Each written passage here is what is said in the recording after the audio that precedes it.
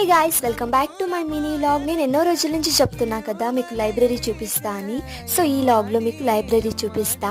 So నేనేమో అందరికి నా ముందు వచ్చి కూర్చున్నా, నా ఫ్రెండ్స్ ఇంకా రాలేదు. ఆ గ్యాప్ లో నా ఫ్రెండ్ అయితే షాపింగ్ అయితే చేసింది. వాళ్ళ గురించి తెలుసు కదా, ఎప్పుడు లేట్ గానే వస్తారు. ఫైనలీ ఇదే లైబ్రరీ అన్నమాట. సో మార్నింగ్ మేము 10కి వస్తే ఈవినింగ్ 5కే బయటకు వెళ్తాం.